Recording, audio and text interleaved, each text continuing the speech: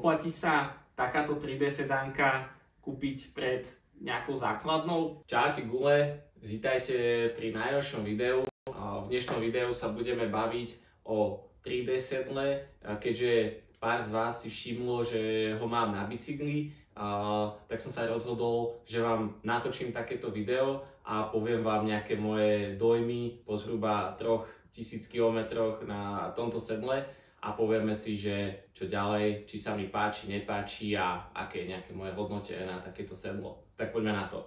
Takže ešte predtým, než úplne začneme, rád by som povedal, že ja som zvyknutý hovoriť sedánka a nie sedlovka a sedlo a podobne, takže budem tomu hovoriť sedánka. Pre tých z vás, čo ste ešte nepočuli pojem 3D sedánka, tak je to v podstate klasická sedánka, ako môžete hocikde vidieť, akurát s tým, že ho vytlačila 3D tlačiareň a tým pádom tá sedánka má takú zvláštnu štruktúru, v podstate všetko si ukážeme ďalej vo videu, teda toto je jeden taký zásadný rozdiel, tak poďme na to. To, na čo sa zatiaľ pozeráte vo videu, je základná sedánka, ktorá k tomuto bicyklu prišla a je to teda bicykel Triban RC120 aj s úplne defaultnou sedánkou a toho, čo sa dnes budeme baviť, je táto 3D sedánka od značky Ride. Tak poďme na to. Po pravej strane mám teda pôvodné sedlo, ktoré k tomuto bicyklu bolo. Toto sedlo má za úlohu vyhovieť čo najväčšiemu obecenstvu, ktorí si tento bicykel kúpia. Za mňa určite mi nevyhovuje úplne takáto dlhá sedánka. Čo mi vyhovuje je, že je užšie a naopak mi tu chýba tento otvor, ktorý jazdcovi prináša väčší komfort pri jazde a taktiež možno aj nejaké vetranie. Úplne mi nevyhovuje aj tento povrch tejto sedánky, ktorý je dosť šmiklavý. Niekedy, keď sa či už zo šlapania v kopci alebo z nejakého šprintu vraciam naspäť do tejto sedánky, tak sa mi stalo to, že som sa akoby zošmykol a stratil som trošku taký komfort pri tej jazde. Ale inak úplne obyčajná sedánka a čo sa týka nejakej tuhosti, dal by som jej na stupnici od 1 do 5 tvrdosť zhruba 3,5. Na druhej strane máme naše karbonové 3D sedlo Ride. V krátkosti táto sedánka je veľmi ľahká, keď si ich dám takto vedľa seba, tak mám pocit, že táto sedánka je minimálne 2 alebo 3 krát ťažšia. Ja si pamätám, keď mi táto sedánka došla na poštu v balíku, ja som si ten balík zobral a najskôr som premýšľal, že čo som si vlastne objednal, pretože ono to bolo tak ľahké, že ja som fakt nevedel rozoznať, že čo to je. Aj keď som ten balíček mačkal, či tam nie je náhodou mačiatko, tak som nevedel úplne určiť, že čo mi to vlastne prišlo. Až keď som to rozbalil, tak je, že ty kokos, že toto je tá sedánka, že však ja som aj jednak zabudol na to, že som si ju objednal a jednak na to, aká bola ľahká. Robia sa dve varianty farebné, táto a biela. Bielu úplne by som asi neodporúčal, neviem čo po nejakej dlhšej dobe spraví biela kombinácii so slnkom, či to nezožltne a zároveň väčšina ľudí má čierne gate, sedí kade tade, takže si viem predstaviť, že tá biela sa veľmi rýchlo zašpiní, aj keď na obrázku tá sedánka taká vyzerala veľmi pekne. Tak je tam klasická plastová verzia a táto karbonová. Aby sme si teda mohli porovnať nejaké ceny, v čase, keď som si ja kupoval túto sedánku, tak jej cena bola zhruba 50 eur. Treba však dodať, že ja som si ju kupoval už minulý rok a vtedy tieto sedánky na AliExpresse ešte dosť leteli, bolo to také hot.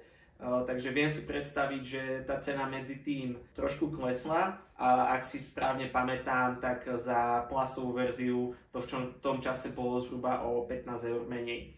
To bol aj dôvod, prečo som si ja vybral túto verziu karbonovú. Povedal som si, že tých rozdiel 15 eur už nie je toľko a aspoň na bicykli bude mať svoj prvý karbonový prvok. Ja som si len povedal, že ak už je to sedánka z AliExpressu, tak ten karbon bude mu trošku viac dôverovať ako nejaký obyčajný plast, aby mi to trošku viac vydržalo a po tom čase, čo som na tom najazdil zhruba tých 3000, tak musím povedať, že tá kvalita, ako tá sedánka je spracovaná, je fakt, že brutálna a musím povedať, že tak ako vyzerá teraz, tak si ju pamätám aj keď mi prišla, takže našťastie nemal som žiadne pády ani nič podobné, čo by ju mohlo poškodiť, takže kvalita určite super. Mnoho z vás si teraz môže povedať, že či sa takáto sedánka za 50 eur oplatí alebo nie. Ja som si rôzne sedánky pozeral na internete, v podstate človek si tam vie kúpiť sedánku za koľko peňazí chce, môžu to byť veľmi lacné, ale aj drahé kusy.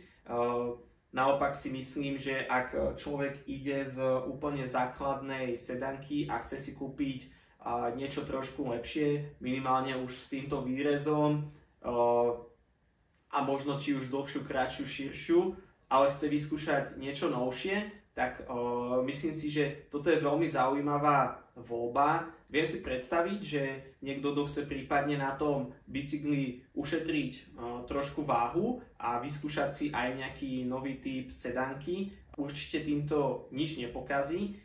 Každopádne povedal by som, že sedánku hodnotiť je veľmi ťažké, keďže každý má ten zadok iný, každý má iné gate a inak vníma ten komfort na tom bicykli, takže pre niekoho môže byť táto sedánka tvrdá, pre niekoho môže byť naopak zase dobrá. Ja keď som povedal o tejto, že má tvrdosť 3,5, tak o tejto by som povedal, že má tvrdosť zhruba na 3. Čo sa týka celkovo nejakých očakávaní pri tejto sedánke, ja keď som si ju kupoval, tak som mal velikánske oči. Myslel som si, že za tých 50 eur dostanem nejakú úplne prevratnú technológiu. To sa mi úplne nenaplnilo. Ja osobne som čakal, že tá sedánka bude ešte mäkšia. Zase, ako som spomenul pred chvíľkou, myslím si, že veľmi záleží aj od toho, kto používa aké gate, kto má koľko kíl a aký zadok. Dobre gule, prichádzame do finále. A otázka teraz za 1 000 000 eur. Oplatí sa takáto 3D sedánka oproti takejto základnej? Alebo je toto dobrý upgrade na sedánku? Určite mám ju mäkšiu, ako som ju mal. Mám tu aj túto úľavovú zónu, mám tu lepšie vetranie toho zadku, mám lepšiu stabilitu toho sedenia, lepší komfort. Takže ja by som povedal, že mne osobne táto sedánka určite pomohla a za mňa by som ju určite odporúčil. Každopádne výber sedánky je veľmi individuálny, niekto ju chce dlhšiu, niekto ju chce kratšiu, niekto ju chce širšiu, tenšiu, je to veľmi individuálne. Gule, čo sa týka ešte sedaniek, chcel by som tu povedať jedno veľké ale, každý chceme iný typ sedánky, preto vám pred kúpou či už takejto alebo hociakej inej sedánky odporúčam si túto tému dobre naštudovať a pozrieť si, aké veci, aké sedánky sa dajú kúpiť.